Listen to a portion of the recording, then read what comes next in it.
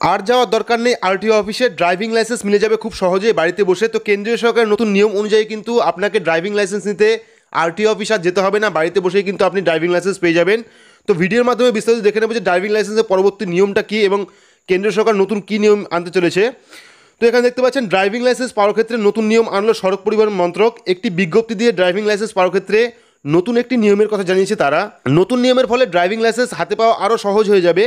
কেন্দ্রীয় পরিবহন মন্ত্রক এই বিবৃতিতে জানিয়েছে এখন থেকে ড্রাইভিং লাইসেন্স আবেদনকারীকে আঞ্চলিক পরিবহন অফিস অর্থাৎ আরটিও অফিসে গিয়ে কিন্তু পরীক্ষা দিতে হবে না।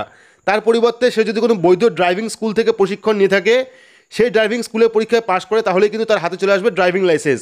অর্থাৎ আপনারা যেখানে গাড়ি প্রশিক্ষণ নেন সেখান থেকেই কিন্তু আপনার পরবর্তীকালে ড্রাইভিং লাইসেন্স পেয়ে যাবেন। তার জন্য কিন্তু আরটিও অফিস যাওয়ার কোনো দরকার নেই। জানা গেছে 2021 সালের জুলাই মাস থেকে কিন্তু কার্যকরী হবে এই নিয়ম, অর্থাৎ এই যে মাস জুলাই মাস, এই মাস থেকে কিন্তু এই নতুন নিয়ম চালু হয়ে যাবে। ড্রাইভিং স্কুলে কোনো ব্যক্তির নির্ধারিত ট্রেনিং শেষ হওয়ার পর তা অডিট করলেই প্রশিক্ষণ গ্রহণকারীর তথ্য পৌঁছে যাবে আরটিও অফিসে। কেন্দ্রীয় সড়ক পরিবহন মন্ত্রকের এক আধিকারিক জানিয়েছে পুরো পদ্ধতিতে কিন্তু প্রযুক্তি নির্ভর হবে।